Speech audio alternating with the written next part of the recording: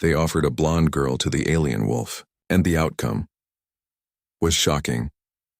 The morning sun cast long shadows across New Geneva's agricultural district when the Catharian warship descended through Earth's atmosphere like a falling star. Sarah Chen watched from her apartment window as the massive vessel, shaped like a crystalline wolf's head, settled into the designated landing zone just outside the city limits. The ground trembled beneath its weight, and she could feel the vibrations through the glass. Sarah pulled her blonde hair back into a ponytail and adjusted her worn jacket. At 23, she had seen more hardship than most people twice her age. The Catharian occupation had begun 3 years ago, and humanity had learned quickly that resistance meant extinction. The wolf-like aliens possessed technology that made human weapons look like toys, and their pack mentality meant they never fought alone. The Catharians had established a simple system of control. Each human settlement would provide tribute in exchange for protection from other alien species that roamed the galaxy. Sometimes they wanted resources, sometimes technology, and sometimes they wanted people. Today was one of those days. Sarah's communicator buzzed with an emergency broadcast from Mayor Rodriguez. All citizens report to Central Plaza immediately. The Catharian delegation requires our monthly tribute selection. She grabbed her identification card and headed downstairs. The streets filled with worried faces as people emerged from their homes and businesses. Children clung to their parents while elderly residents leaned heavily on walking aids. Everyone knew the routine, but that didn't make it any easier. Central Plaza buzzed with nervous energy as nearly 5,000 residents gathered. The Catharian delegation had already arrived, their towering forms casting intimidating shadows across the crowd. They stood nearly 8 feet tall, covered in thick fur that ranged from silver to deep black. Their elongated snouts held rows of sharp teeth, and their yellow eyes seemed to see everything at once. The pack leader, known to humans as Alpha Fenris, stepped forward. His dark gray fur was marked with scars from countless battles, and a translator device hung around his thick neck. When he spoke, his deep growl was converted into heavily accented English. "Humans of New Geneva," Fenris announced, his voice carrying across the silent plaza. "The Catharian Empire has protected your world for 3 cycles. In return, we require tribute. Today we seek one young female to serve in our research facility. She must be healthy, intelligent, and between the ages of 20 and 30. A collective shiver ran through the crowd. Everyone knew what happened to people taken for research. They disappeared forever, presumably dissected or experimented upon in ways too horrible to imagine. Some parents pulled their daughters closer while others tried to hide them behind larger family members. Mayor Rodriguez, a man in his 60s with graying hair and worry lines etched deep into his face, stepped forward. His hands shook as he addressed the alien pack leader. "Honored Alpha, surely we can discuss alternative arrangements. Perhaps additional food supplies or manufactured goods would suffice." Fenris tilted his massive head, studying the mayor with predatory interest. "The Empire's needs are not negotiable, human. Present suitable candidates immediately, or we will select randomly from your population."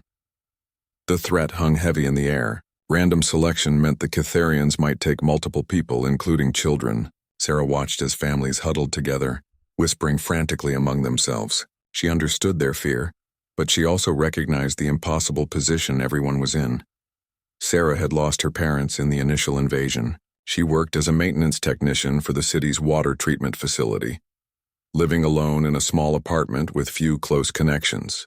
Most importantly, she fit the Catharians' criteria perfectly. The logical choice was obvious, even if it terrified her. Before she could second-guess herself, Sarah stepped forward from the crowd. "I volunteer." Gasps echoed around the plaza as heads turned toward her. Mayor Rodriguez looked relieved and guilty at the same time.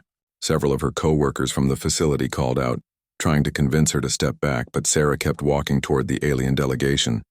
Alpha Fenris examined her with obvious approval. His nostrils flared as he scented the air around her. "This one is acceptable. She appears healthy and shows no signs of genetic defects."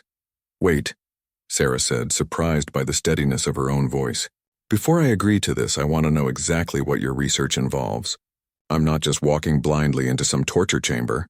The other Catharians growled low in their throats at her boldness, but Fenris raised a clawed hand to silence them. His yellow eyes narrowed as he studied Sarah more carefully. "You dare make demands of the pack leader?" I'm volunteering to save my community, Sarah replied, meeting his gaze despite every instinct telling her to look away. The least you can do is tell me what I'm volunteering for. The plaza fell completely silent. Even the wind seemed to stop blowing as everyone waited for the Alpha's response.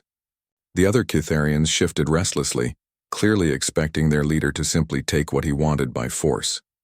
Instead, something unexpected happened. Alpha Fenris threw back his head and released a sound that could only be described as laughter.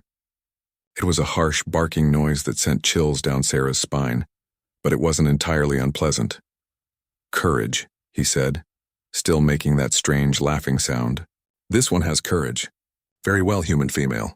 Our research facility studies the psychological and physical capabilities of various species. You would undergo tests to determine human limitations in areas such as problem solving, physical endurance, and adaptation to new environments. That sounds like torture with extra steps, Sarah muttered. Then louder. How long would this research take? Standard protocol requires 6 lunar cycles of observation. 6 months.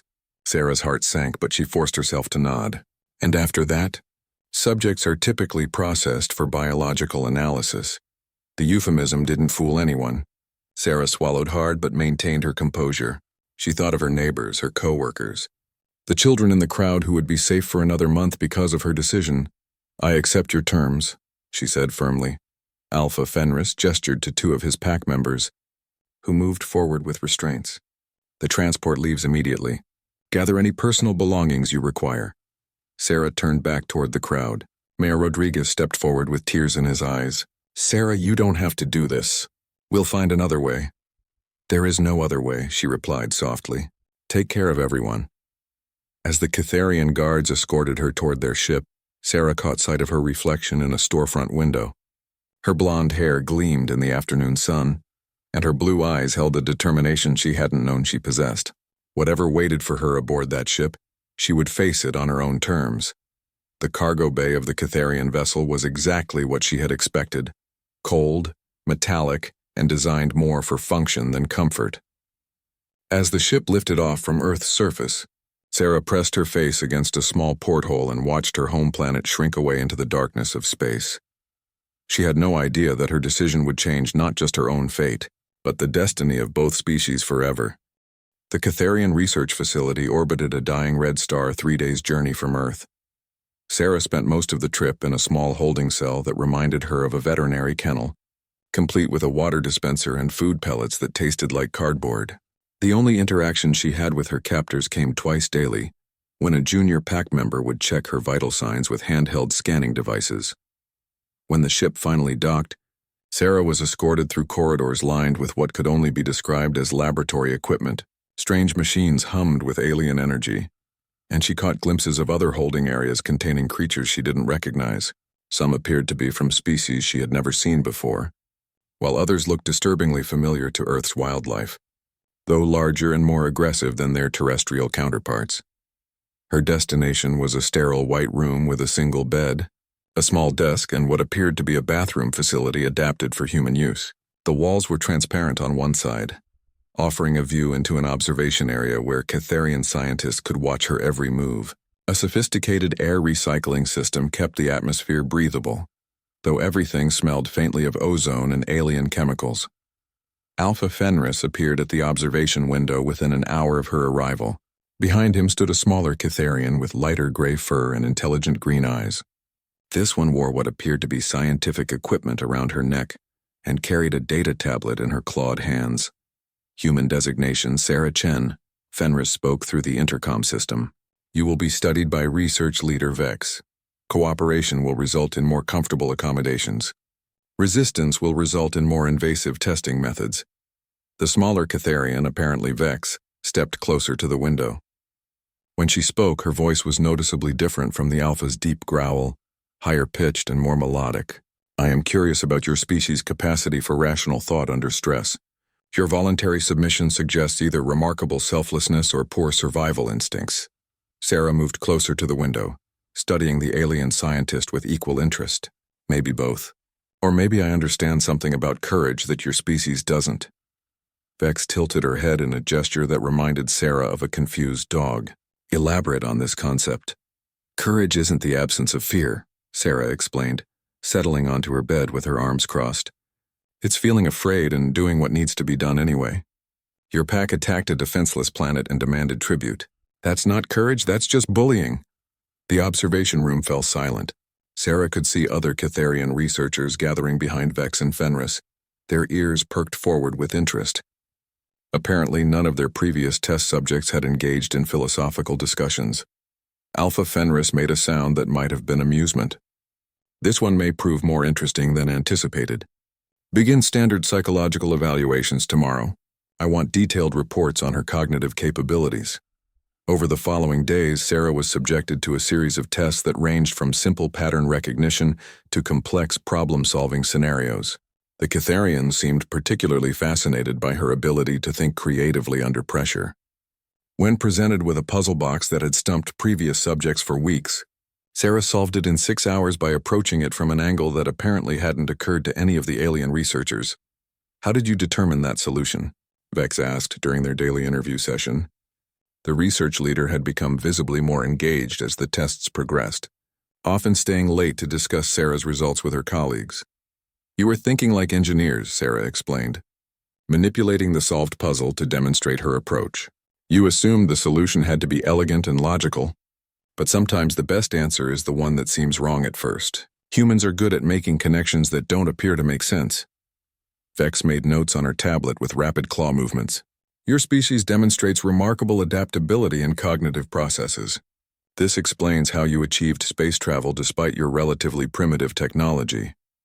"We're not primitive," Sarah said, a note of defensiveness creeping into her voice. "We're just different.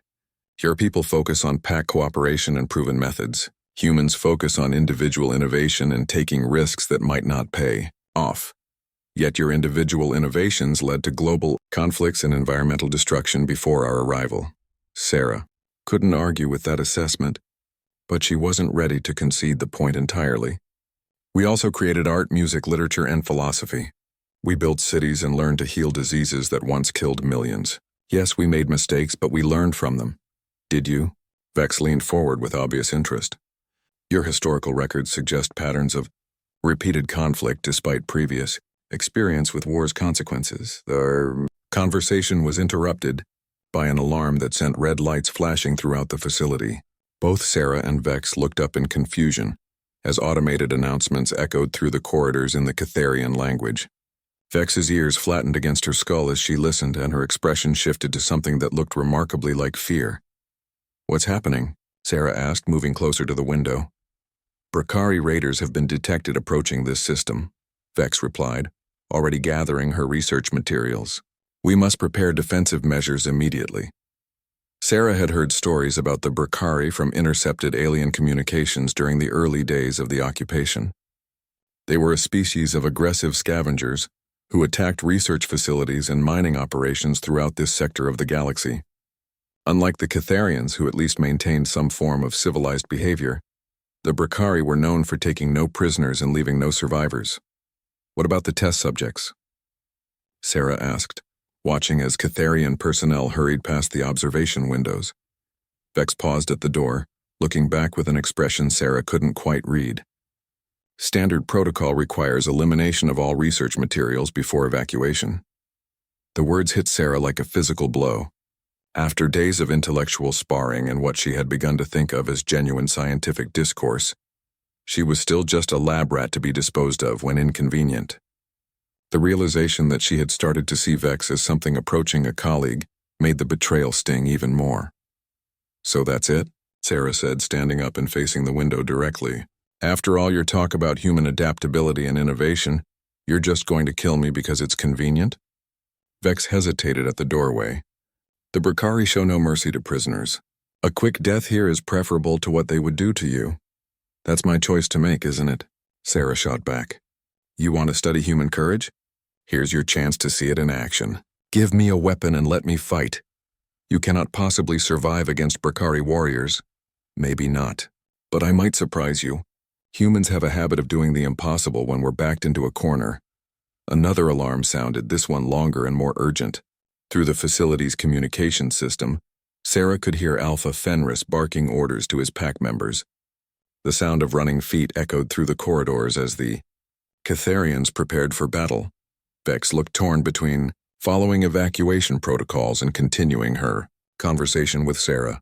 Her scientific curiosity was clearly warring with her survival instincts and loyalty to pack hierarchy. The research data suggests your species often performs beyond expected parameters when facing extinction-level threats, Vex said slowly as if thinking out loud. Previous subjects from other species typically accepted termination protocols without resistance. Because other species are sensible, Sarah replied. Humans are too stubborn to know when we're beaten. It's probably our greatest weakness and our greatest strength. A new sound joined the alarms. The distant rumble of weapons fire. The Brakari had apparently arrived ahead of schedule, and the battle for the research facility had begun. Sarah could see the tension in Vex's posture as the alien scientist struggled with a decision that clearly went against her training. If I were to hypothetically provide you with defensive equipment, Vex said carefully, what would you do with it? Sarah smiled grimly. I'd probably do something stupid and heroic. That's what humans do best. For the first time since arriving at the facility, Sarah saw something in Vex's green eyes that looked almost like respect. The Catharian researcher moved to a wall panel and entered a series of commands. Sarah's cell door hissed open with a soft mechanical whir. The armory is 3 levels down, Vex said, handing Sarah her own access card. I suggest you move quickly. The Brakari breach teams are extremely efficient. Sarah took the card and headed for the door, then paused. Vex, why are you doing this? The alien scientist considered the question for a moment. Scientific curiosity, perhaps? Or maybe I am beginning to understand something about courage that my species doesn't. Sarah grinned and headed for the corridor at a run. Behind her, she could hear Vex speaking rapidly into her communication device, probably reporting that the human test subject had escaped during the evacuation chaos. It was a lie that could cost the researcher her career or even her life. But she was telling it anyway. As Sarah sprinted through the facility's winding corridors, following emergency lighting toward the armory, she couldn't help but think that maybe humans weren't the Catharian armory was a testament to their military efficiency. Weapons lined the walls in neat rows, each one designed for different combat scenarios and enemy types. Sarah grabbed what appeared to be an energy rifle, its weight surprisingly comfortable in her hands despite being designed for creatures much larger than herself. She also found a utility belt containing what looked like grenades and a portable shield generator. The facility shuddered as something large impacted its hull. Emergency lighting flickered, and Sarah could hear the distinctive whine of energy weapons getting closer. She needed to find the other test subjects before the Brakari breach teams reached the laboratory levels. Moving through the corridors proved more challenging than expected. The facility's layout was designed for Catharian pack movement patterns, with wide central passages branching into smaller tunnels that confused her sense of direction. She passed several Catharian defensive positions where pack members had set up heavy weapons to cover key choke points. Most of them were too focused on the approaching threat to notice one escaped human moving through their territory. Sarah found the first group of test subjects 3 levels above her own cell block. Behind reinforced barriers, she discovered 6 creatures from various species she didn't recognize. One appeared to be some kind of crystalline being that communicated through color changes, while another looked like a cross between an octopus and a tree. All of them showed signs of prolonged captivity and scientific experimentation, the crystalline being pulsed urgent orange patterns when it saw her approach with Catharian weapons. Sarah raised her hands peacefully, hoping the gesture translated across species barriers.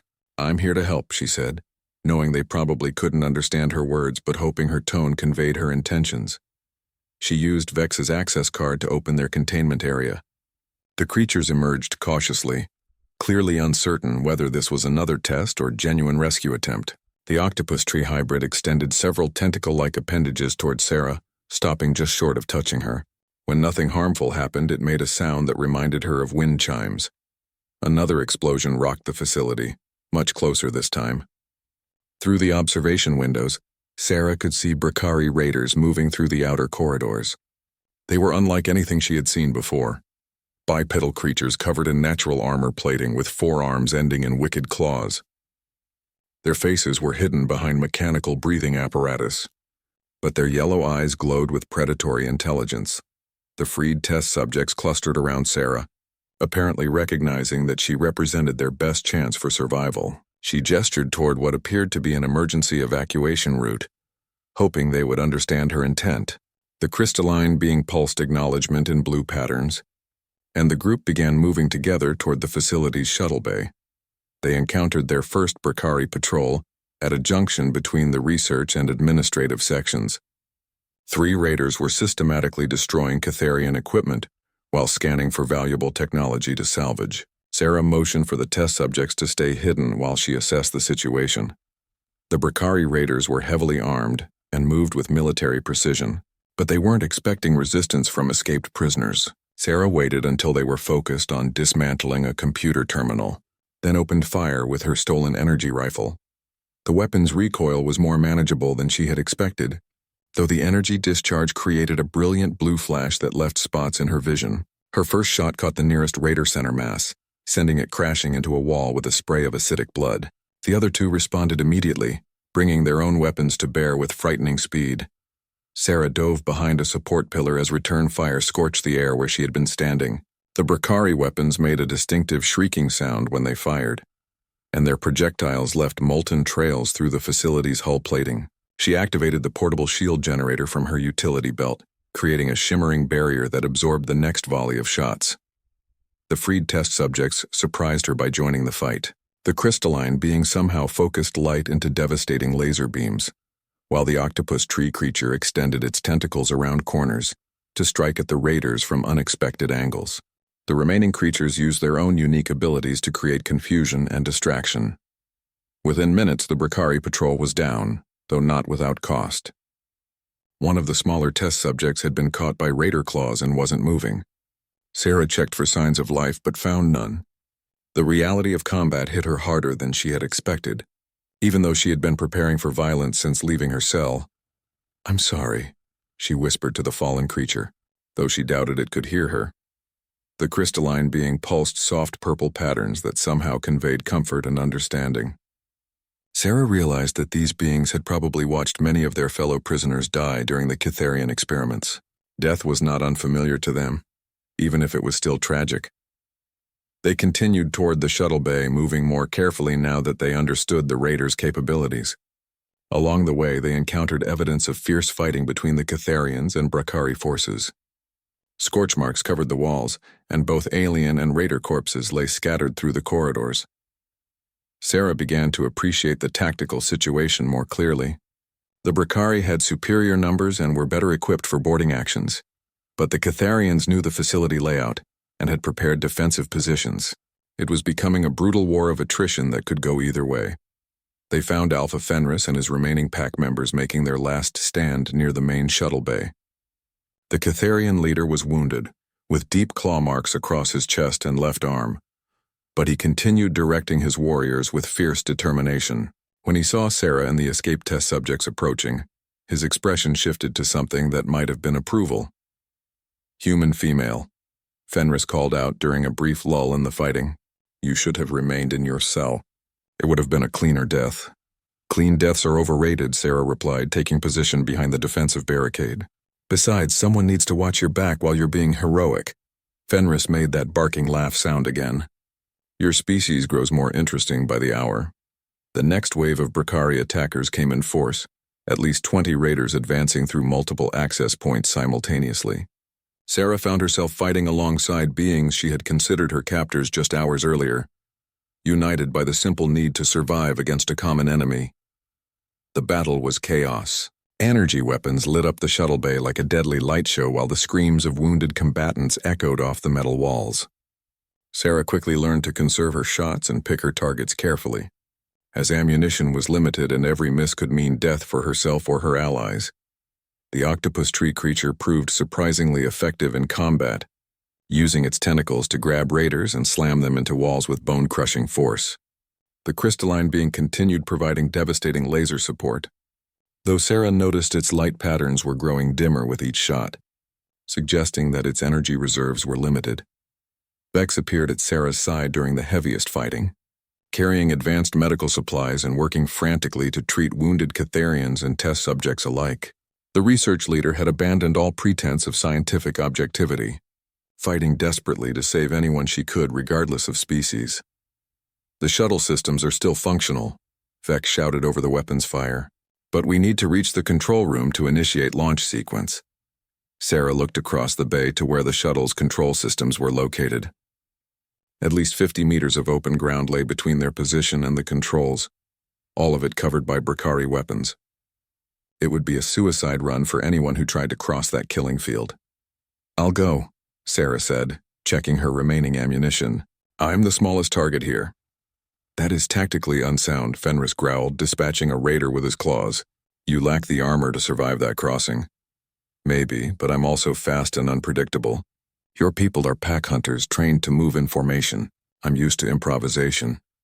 Before anyone could stop her, Sarah sprinted from cover, using the shuttle's landing gear as temporary concealment while she planned her next move. Brakari weapons tracked her movement, sending energy bolts sizzling past her head as she dodged between obstacles. The freed test subjects created the distraction she needed. The crystalline being concentrated all its remaining energy into a blinding flash that temporarily overwhelmed the raiders' visual sensors, while the octopus tree creature launched itself directly into their formation, creating confusion and panic. Sarah reached the control panel and began frantically entering commands based on her observations of Catharian technology over the past several days. The systems were intuitive enough that she could figure out the basic functions, though she had no idea if she was executing the procedures correctly. Warning lights began flashing throughout the shuttle bay as the launch sequence initiated. Massive blast doors started closing to seal the area from the rest of the facility, cutting off Brakari reinforcements. The surviving raiders found themselves trapped in The neutral trading station Kepler-7 hung in the void between star systems like a metallic flower, its multiple docking arms extending from a central hub that housed thousands of beings from dozens of different species. As their damaged shuttle approached the station's traffic control zone, Sarah marveled at the diversity of vessels in the area.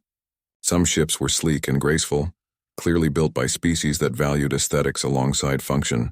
Others were purely utilitarian, all angles and armor plating, while a few defied any attempt at classification with their bizarre organic curves and crystalline growths. The Catharian shuttle drew immediate attention from station security.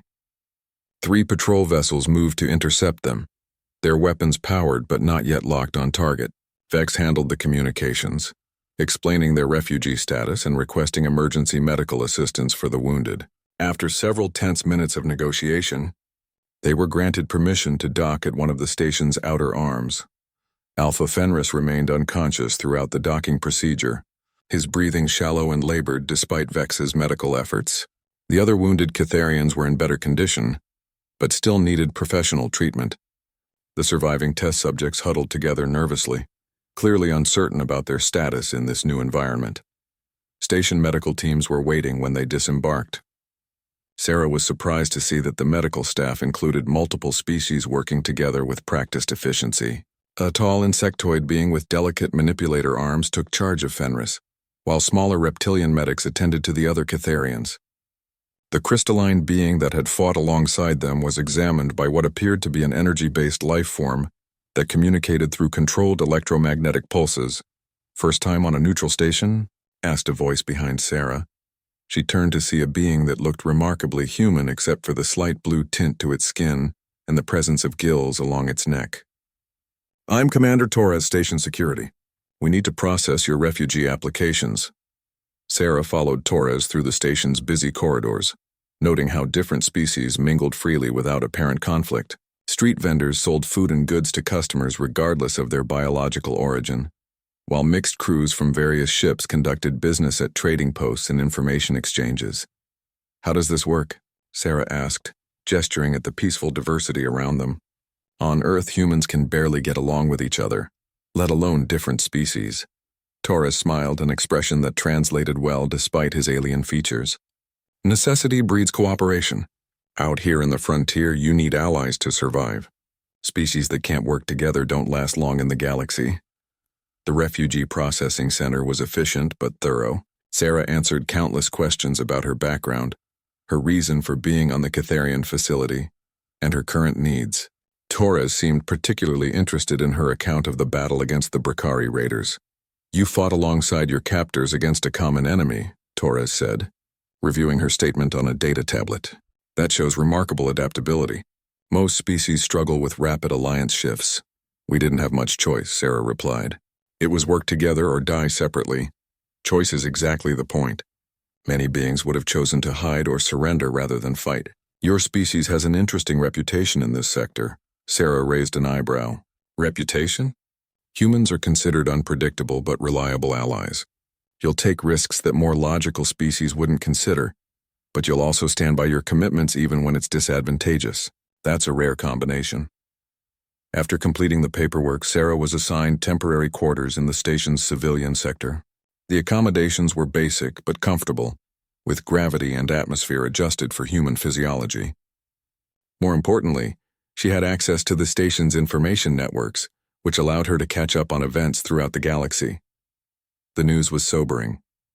Brakari raids were increasing across multiple sectors, targeting research facilities and supply depots with devastating effectiveness. Several colony worlds had gone silent, and trade routes were being disrupted by pirate activity. The various interstellar governments seemed unable or unwilling to coordinate an effective response. Sarah spent hours reading about galactic politics and the complex web of alliances that governed interactions between species. The Catharian Empire was considered a regional power but not a major player on the galactic stage. Their research into other species was viewed with suspicion by many governments, though they maintained formal diplomatic relations with most civilized worlds. Her contemplation was interrupted by a visitor alert from her room's communication system. To her surprise, it was Vex, looking exhausted but no longer wearing her research equipment. Instead, she had adopted civilian clothing that made her appear less intimidating and more approachable. "How is Alpha Fenris?" Sarah asked, gesturing for the Catharian to enter her quarters. "He will survive, though his injuries will require extensive recovery time," Vex replied, settling onto a chair designed for her physiology. "The station's medical facilities are remarkably advanced. They have experience treating injuries from multiple species. And the others? All surviving. The crystalline being you fought alongside has expressed interest in meeting with you. Its species, the Luminari, apparently consider you worthy of formal recognition for your combat performance." Sarah felt a flush of pride at the recognition, though she tried to hide it. "What happens now? Do we just live here as refugees?" Vex's ears flattened slightly, a sign of distress Sarah had learned to recognize. "The situation is complicated. Our research facility contained classified information about multiple species, including detailed studies of human capabilities.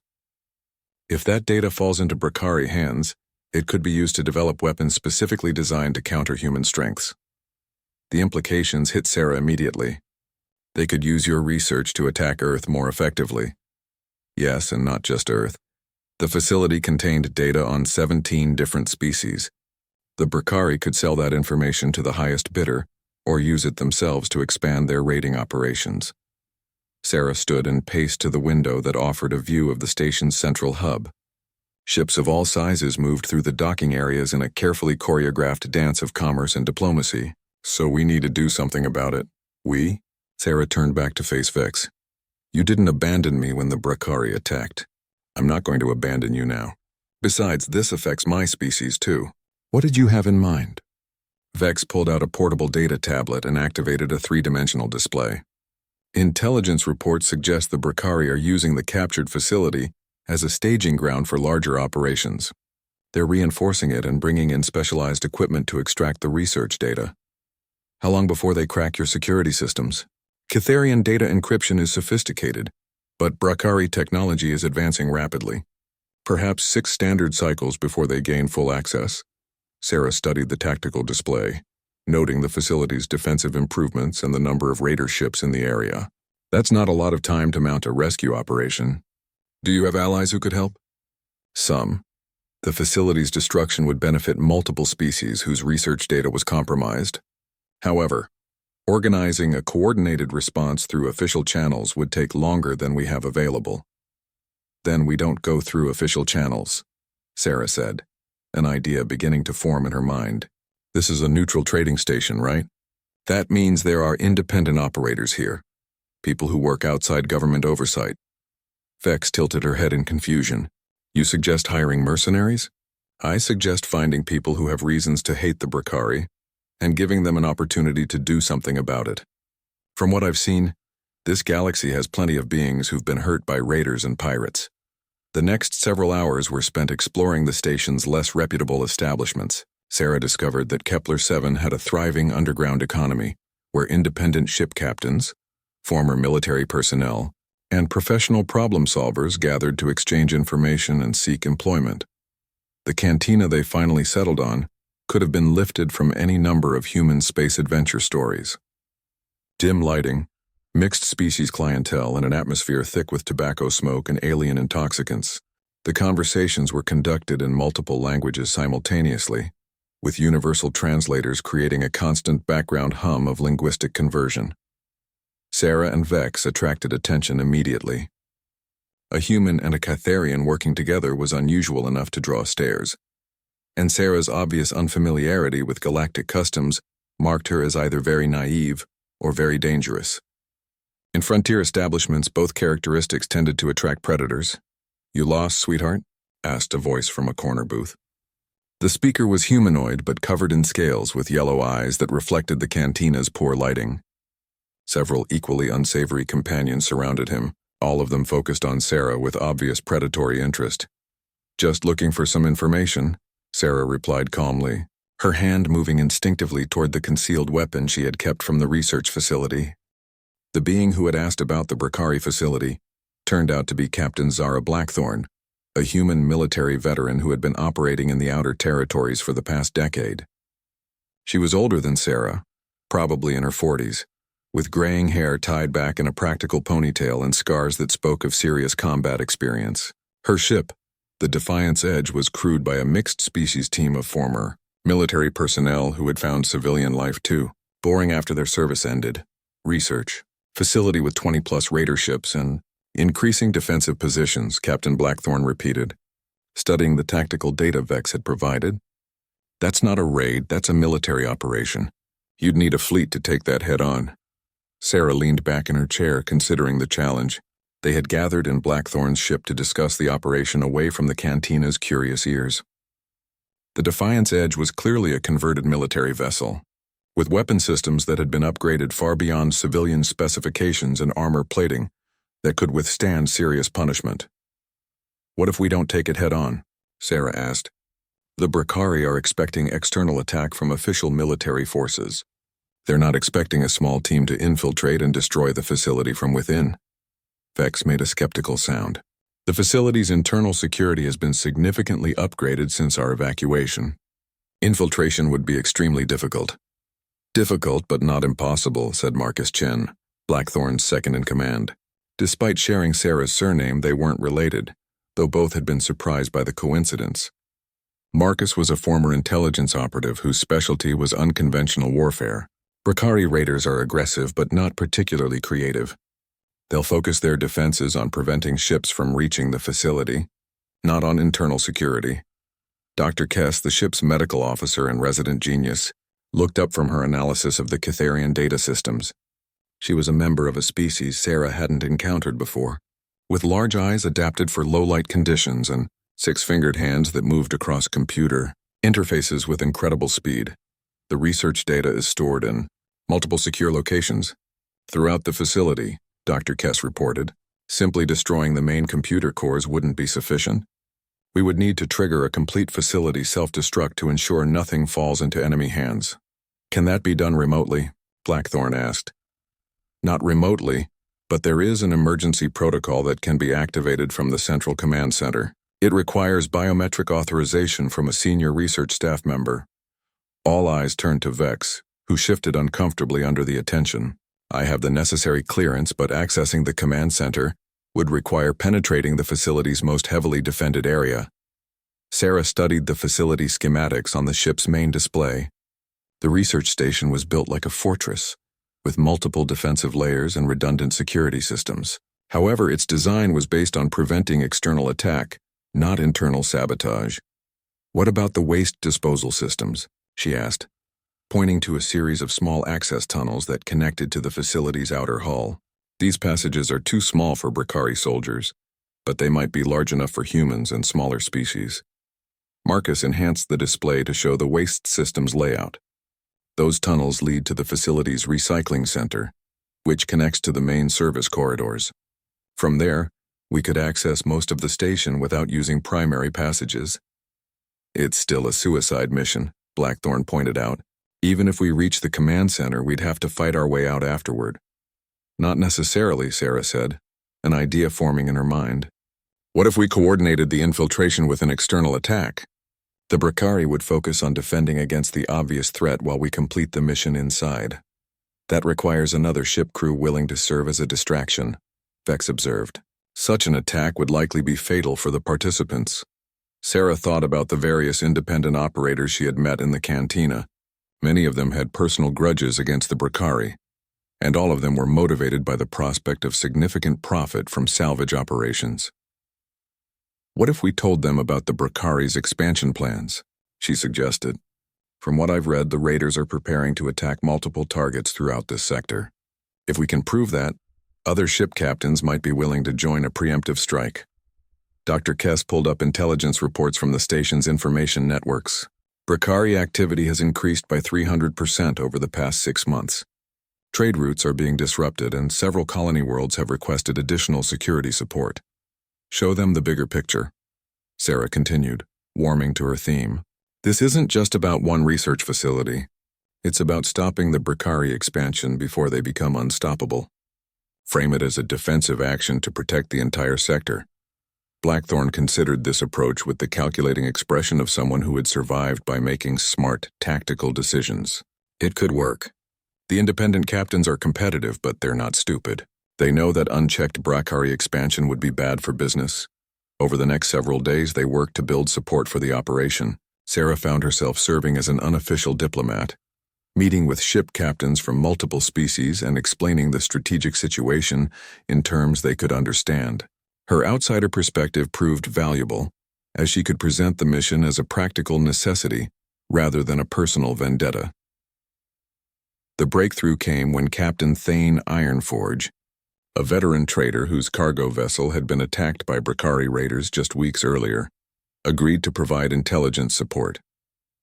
His ship's sensor arrays were designed for long-range scanning, and he could provide early warning about enemy ship movements during the operation. The Bracari hit my ship while I was carrying medical supplies to a colony world, Ironforge explained during one of their planning sessions. His species was humanoid, but larger than baseline humans, with metallic skin that appeared to be naturally occurring rather than artificial. 12 crew members killed, including my daughter. This isn't about money for me. Similar stories emerged from other captains as word of the operation spread through the station's underground networks. The Bracari had made enemies throughout the sector, and many independent operators were eager for a chance to strike back against the raiders. Within a week, they had assembled a small fleet of 12 ships with crews totaling nearly 200 beings from 15 different species. The vessels ranged from converted cargo haulers to purpose-built combat ships, all united by their crews' desire to see the Bracari threat reduced. Sarah found herself appointed as the operations strategic coordinator, a role she had never expected to fill. Her lack of formal military training was actually an advantage, as it forced her to think creatively about problems that conventional tactics couldn't solve. The plan they developed was complex but flexible. The main fleet would approach the research facility openly, appearing to be a large-scale pirate raid aimed at stealing valuable technology. This would draw most of the Bracari defenders away from the station's interior, allowing the infiltration team to penetrate the facility through the waste disposal systems. Sarah would lead the infiltration team, accompanied by Vex for her security clearance, and Marcus for his technical expertise. Dr. Kess would remain aboard the Defiance Edge to coordinate communications and provide medical support for any wounded team members. Are you sure about this? Blackthorn asked during their final planning session. You're not military and you've never done anything like this before. Sarah checked her equipment one last time, ensuring that her weapons and explosives were properly secured. No, I'm not sure, but that's exactly why this might work. The Bracari are expecting conventional military tactics. They're not expecting a maintenance technician from Earth to blow up their prize facility. Vex approached as the team prepared for departure. The Catharian researcher had replaced her scientific equipment with military gear, transforming from a laboratory scientist into someone who looked capable of serious violence. "I want to thank you," Vex said quietly, "for everything you've done. Your species continues to surprise me with your capacity for cooperation across traditional boundaries." "Don't thank me yet," Sarah replied, slinging her rifle across her shoulder. "We still have to survive this mission." "Survival is secondary to success," Vex said with grim determination. "The data in that facility could be used to harm billions of beings across multiple species. We cannot allow it to fall into Brakari hands." As they boarded the infiltration shuttle, Sarah looked back at the Defiant's edge and the small fleet that had assembled around it. Ships from a dozen different worlds, crewed by beings who barely trusted each other under normal circumstances, were preparing to risk everything based on a plan developed by someone who had been a prisoner just weeks earlier. The irony wasn't lost on her. She had volunteered to be sacrificed to save her community on Earth, and now she was volunteering to be sacrificed again to save communities throughout the galaxy. Either she was developing a dangerous habit, or the universe had a twisted sense of humor. The waste disposal access tunnel was exactly as cramped and unpleasant as Sarah had expected.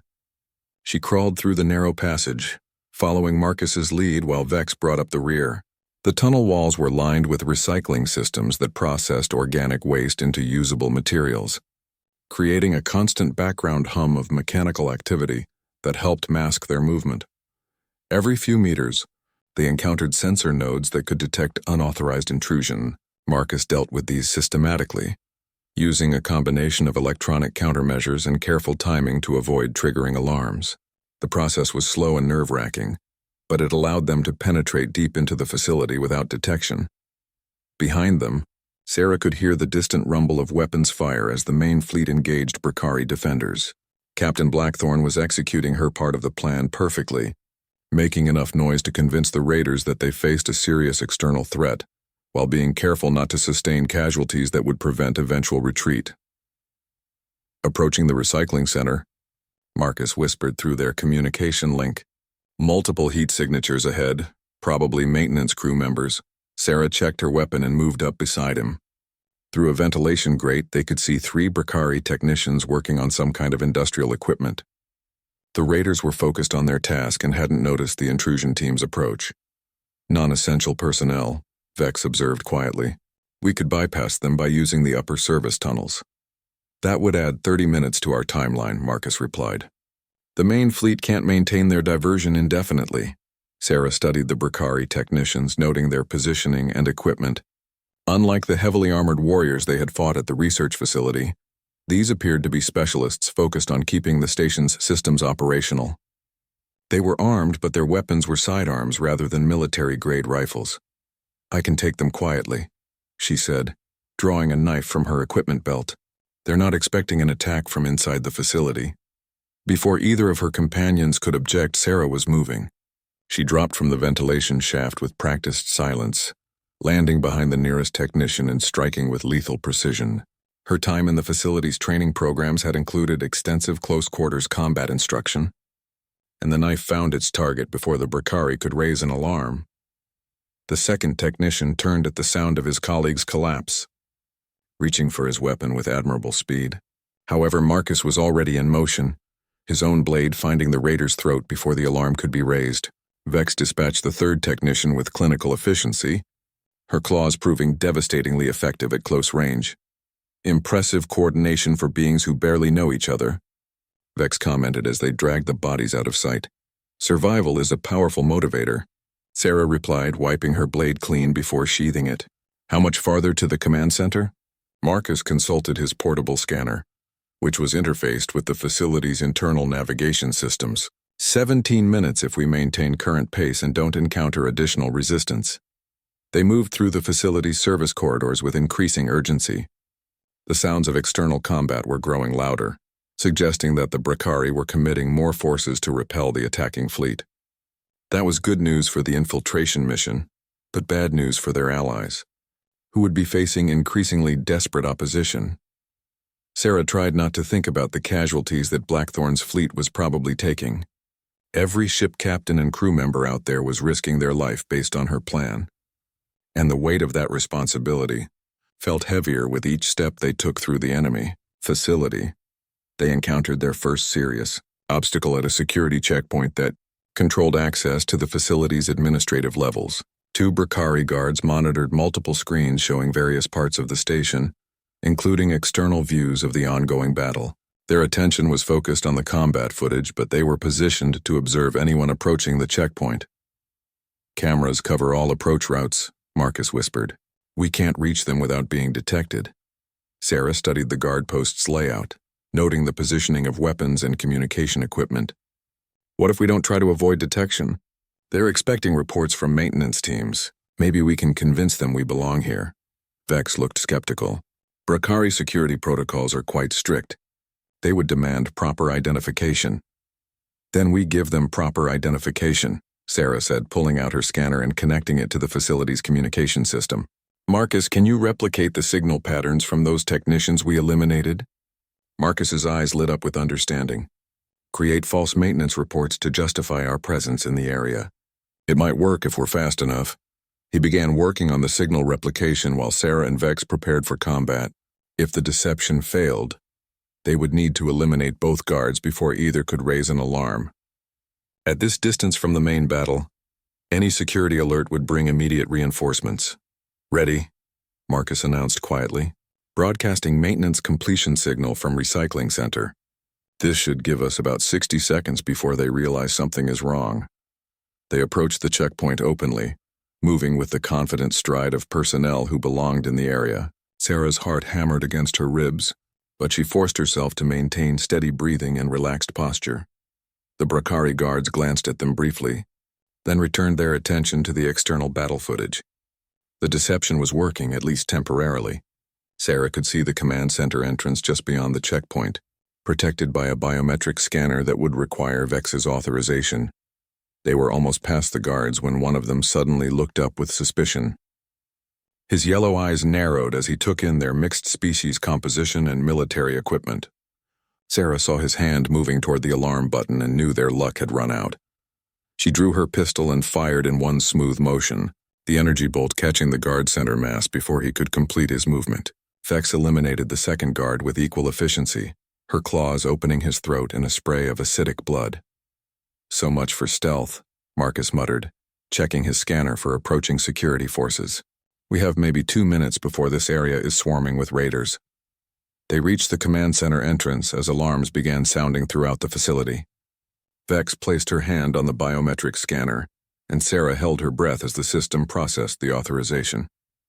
Red lights flashed for several seconds before finally turning green, and the heavy doors slid open with mechanical precision. The command center was a circular room lined with computer terminals and holographic displays, showing every aspect of the facility's operations. At the center stood a raised platform containing the main control systems, including the emergency protocols that could trigger facility self-destruct. External battle status shows significant damage to defending forces, Vex reported, reading from one of the displays. The distraction fleet is performing better than expected. Sarah moved to the self-destruct controls while Marcus positioned himself to watch the entrance. The system required multiple authorization steps, each one protected by different security measures. Vex worked frantically to input the proper codes while Sarah provided covering fire against the first wave of Bracari reinforcements. "How long for the destruction sequence?" Sarah called out, sending energy bolts down the corridor toward approaching enemies. 90 seconds once initiated, Vex replied, but the authorization process requires another 3 minutes. More Bracari soldiers appeared at the command center entrance, these ones wearing heavy combat armor and carrying military-grade weapons. Sarah's cover position was adequate for the moment, but she wouldn't be able to hold them off indefinitely. "Marcus, we need those explosives ready for manual detonation," she said, ducking as return fire scorched the air above her head. "Already working on it," he replied, attaching shaped charges to critical support structures throughout the command center. "If the automatic system fails, we can bring down this section manually." The battle for the command center intensified as more Bracari forces arrived. Sarah found herself fighting alongside beings who had been her enemies just days earlier, united by shared purpose and mutual respect earned through combat. Vex proved surprisingly effective with Bracari weapons she had captured, while Marcus demonstrated why intelligence operatives received extensive combat training. Authorization complete, Vex announced. Initiating facility self-destruct in 60 seconds.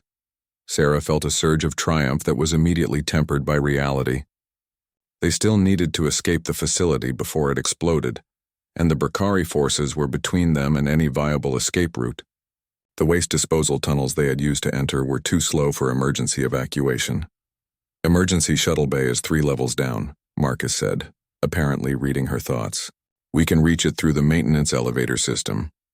They fought their way to the elevator while the facility's automated systems announced the countdown in the Bracari language.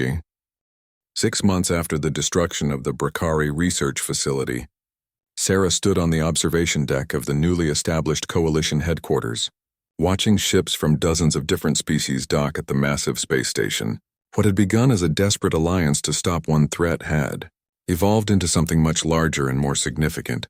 The coalition of independent worlds had grown from the original 12 ships that participated in the facility, raid to encompass over 300 vessels and their crews. Representatives from 47 different species had signed the founding charter, creating the first truly multi-species democratic government in recorded galactic history. The Terran delegation has arrived, announced Dr. Kess, who now served as the coalition's chief medical officer and Sarah's closest advisor. They're requesting immediate audience with you. Sarah nodded, though she still felt uncomfortable with the formal protocols that had grown up around her position as coalition coordinator. She had never intended to become a political leader, but her role in organizing the original alliance had made her the logical choice. When the various species needed someone to coordinate their efforts, the Terran delegation consisted of 3 officials from Earth's planetary government, including Ambassador Martinez, who had been Earth's primary representative to the Catharian Empire. They looked nervous as they entered Sarah's office, clearly uncertain about how to address someone who had begun as a tribute sacrifice and become a galactic political figure. Ms. Chen, Ambassador Martinez began formally, Earth's government has sent us to discuss the coalition's relationship with humanity's home system. Have a seat, Sarah replied, gesturing to chairs arranged around a conference table designed to accommodate multiple species' physiological requirements. What specifically does Earth want to discuss? The ambassador exchanged glances with his colleagues before continuing. Earth's leadership is concerned about humanity's representation in this new political structure. We understand that you've played a crucial role in the coalition's formation, but you're not an official representative of Earth's government. Sarah had been expecting this conversation for weeks. Earth's political establishment was struggling to understand how a maintenance technician had become more influential in galactic politics than their own diplomatic corps. That's correct, she said calmly. I represent the coalition's member species, not specifically Earth. If Earth wants official representation, they're welcome to apply for membership like any other world. The situation is more complex than that, said Dr. Rebecca Torres, Earth's Minister of Interstellar Affairs. The Catharian Empire still maintains formal diplomatic relations with Earth. Joining your coalition could be seen as a hostile act against established treaties. Alpha Fenris, who had been listening from a corner of the room, made the barking sound that Sarah had learned to recognize as Catharian amusement. His injuries from the research facility battle had healed, leaving him with additional scars that enhanced his already intimidating appearance. The Empire has no objection to human participation in the coalition, Fenris said, his translator converting his words into perfectly diplomatic language. Indeed, we have been considering membership ourselves. The Terran delegation looked shocked. Ambassador Martinez fumbled with his datapad before responding. But the Empire has invested significant resources in controlling human territory.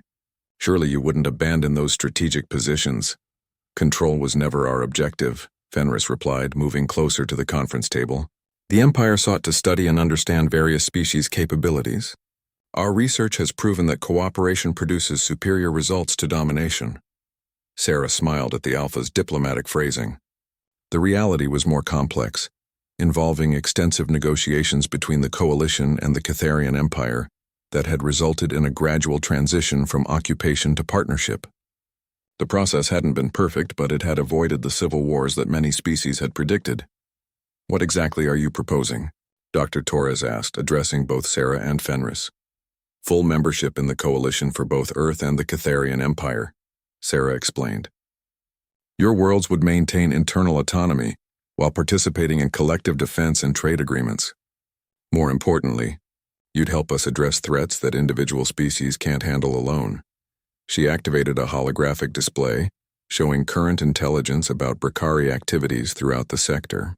The information was sobering, revealing coordinated attacks on multiple fronts and evidence of technological advancement that suggested the raiders were receiving outside support.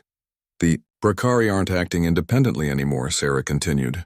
We've identified at least 3 other aggressive species, providing them with advanced weapons and strategic support.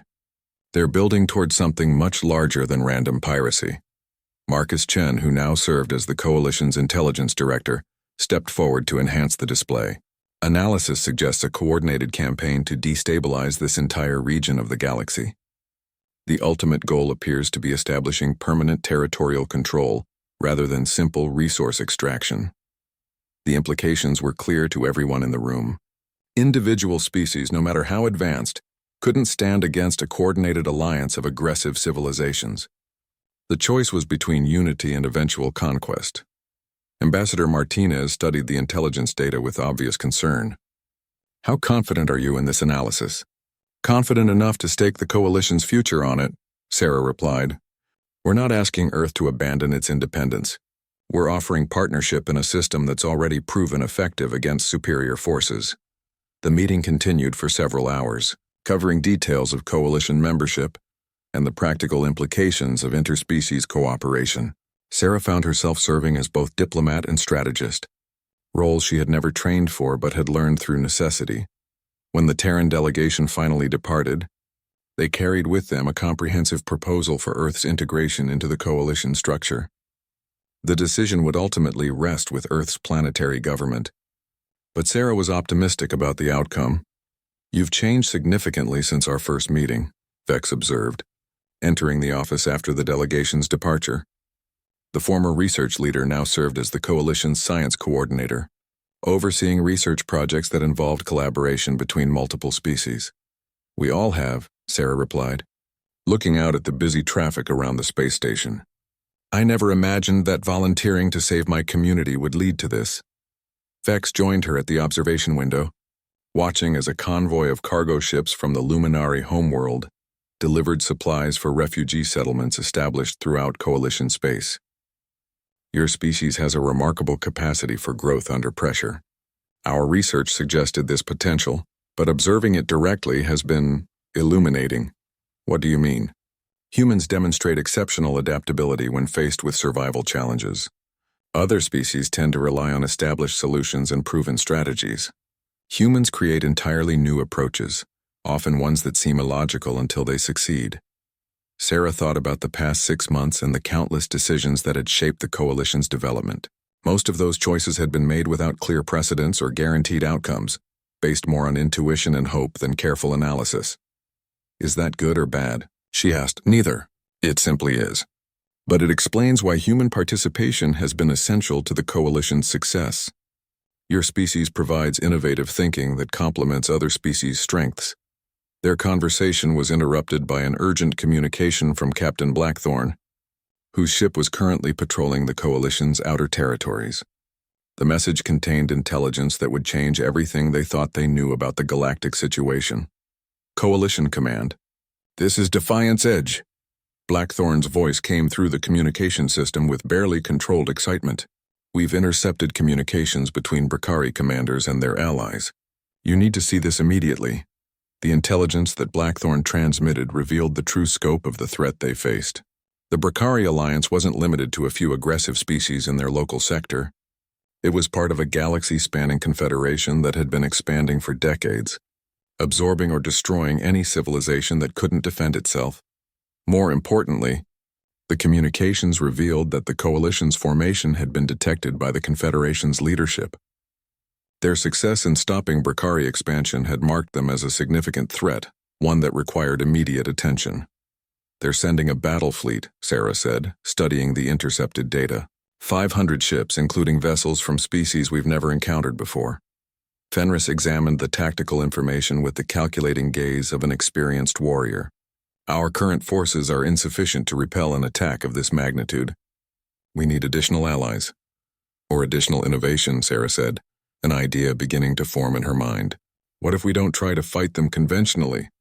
The next several weeks involved frantic preparations as the coalition worked to ready itself for the coming assault. Sarah found herself coordinating efforts across multiple species and star systems, managing,